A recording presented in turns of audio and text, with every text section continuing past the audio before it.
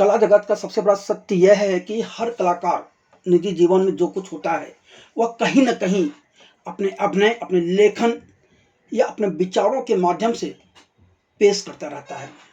लेकिन फ़िल्म फतह देखकर यह एहसास हुआ कि सोनू सूद ने कोविड के काल में जो अपनी इमेज बनाई थी, उसका कुछ भी अंश उनके अंदर नहीं है, क्योंकि फ़िल्म फतह में न मानवता है, न संवेदनाएँ हैं, न कहीं परोपकार की भावना है। जो कुछ भी है, सब कुछ आप इतना अविश्वसनीय है कि आप कल्पना नहीं कर सकते।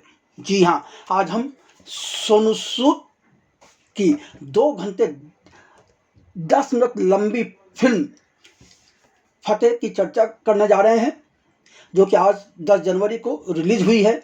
और इस फ़िल्म का लेखन, निर्देशन, निर्माण और अभिनय सब कुछ सोनू सूद ने किया है।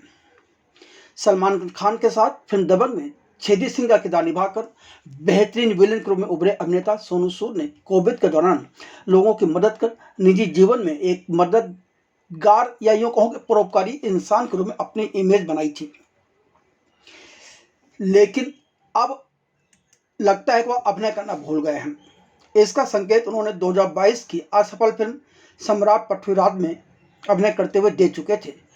लेकिन अब जब पूरे लगभग 3 साल बाद वह सिर्फ अभिनेता ही नहीं बल्कि बतौर लेखक, निर्माता, निर्देशक फतेह लेकर आए हैं, तो उम्मीद थी कि कुछ नई ऊर्जा उनके अंदर होगी, कुछ नई सोच वह लोगों तक परोसेंगे।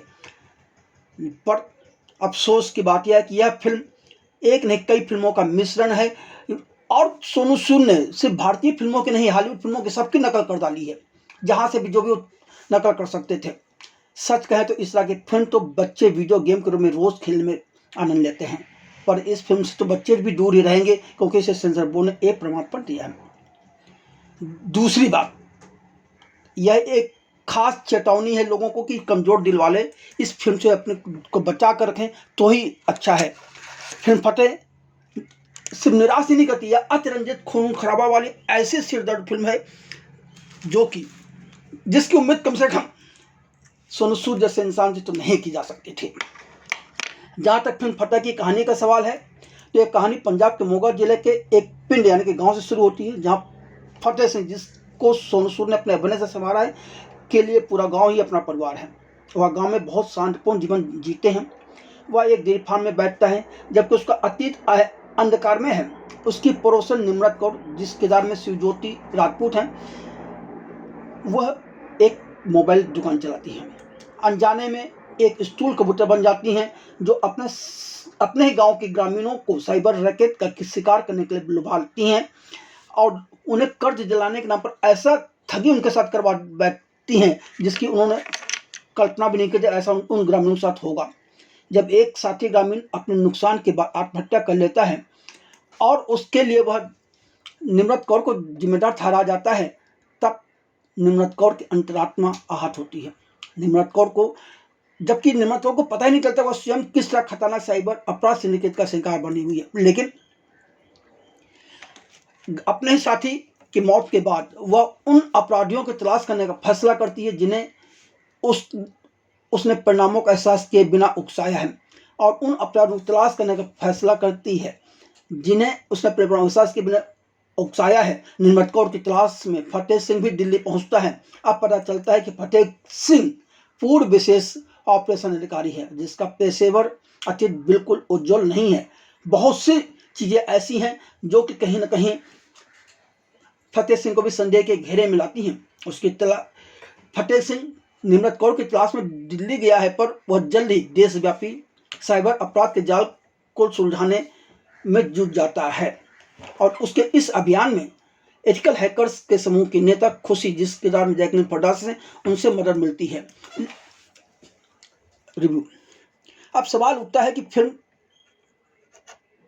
फतेह में प्लस पॉइंट क्या है और नेगेटिव पॉइंट क्या है। अफसोस कि मुझे तो निजी तौर पर देखा जाए तो इस फिल्म में एक भी प्लस पॉइंट नजर नहीं आया। सबसे पहले, मैंने पहले भी कहा, फिर एक बार दोहराना चाहूँगा, अगर आप कमजोर दिल के नहीं हैं, तभी एक्शन व खून खराबा देखना पसंद करते हैं, तो आपको इस फिल्म को देख सकते हैं, अन्यथा ना देखें। फिर भी सिरदर्द होने लगे तो सिरदर्द की गोली देने के लिए सोनू सूद आने से रहे, यह ध्यान रखिएगा। आज एक कमजोर पटकथा वाली इस फिल्म में कहानी का कोई सिर पैर नहीं है। साइबर क्राइम को लेकर हर आम इंसान व गांव के गरीबों तक के मन में बहुत बड़ा डर पैदा करने के अलावा यह फिल्म कुछ नहीं करती।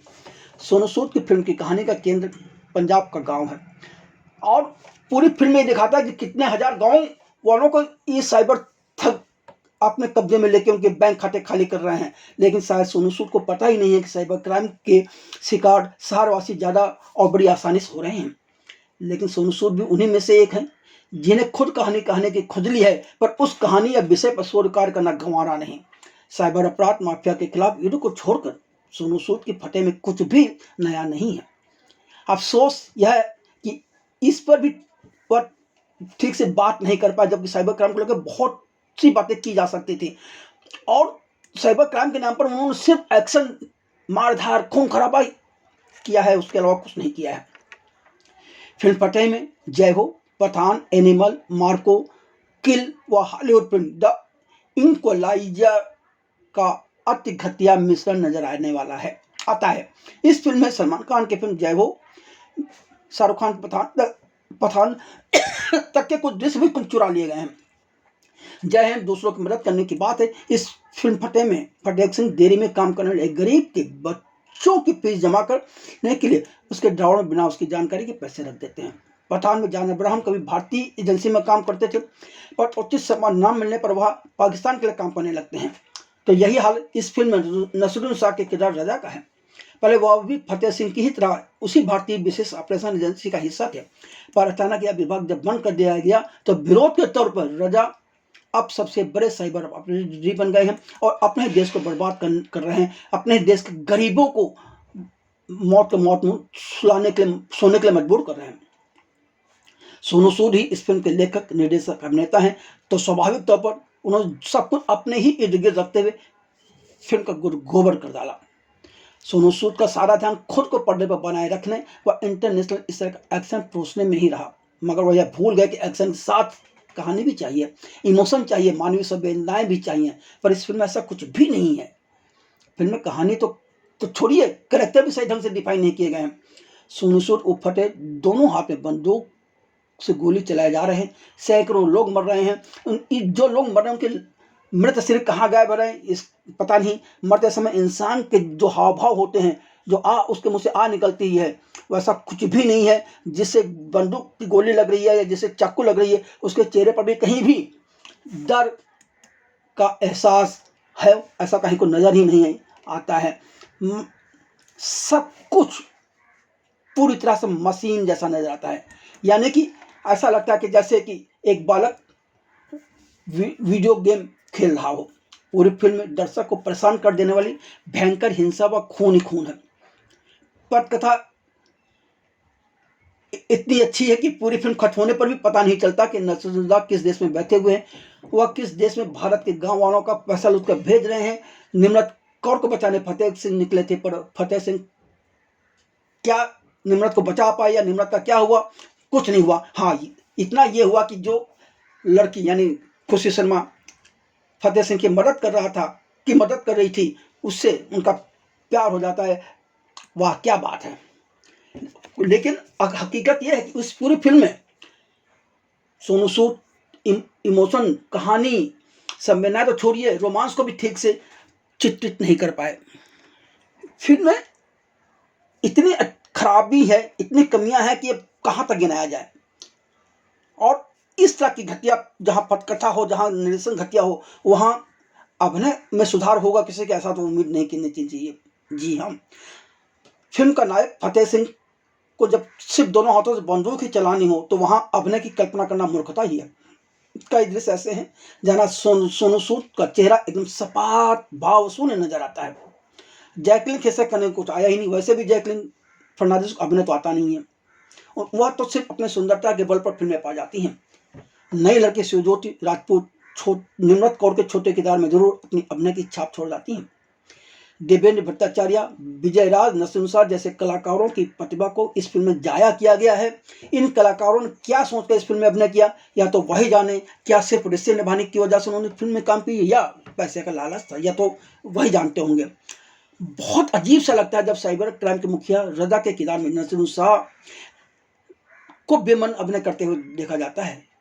इस फिल्म के आखिरी फ्रेम में वह बड़ी नीरसता के साथ नींद में चलते हुए आते हैं, जैसे लगता है कि उन्हें तो पता ही मरना है, चले चले जाते हैं। अजीब सी चीज़ है।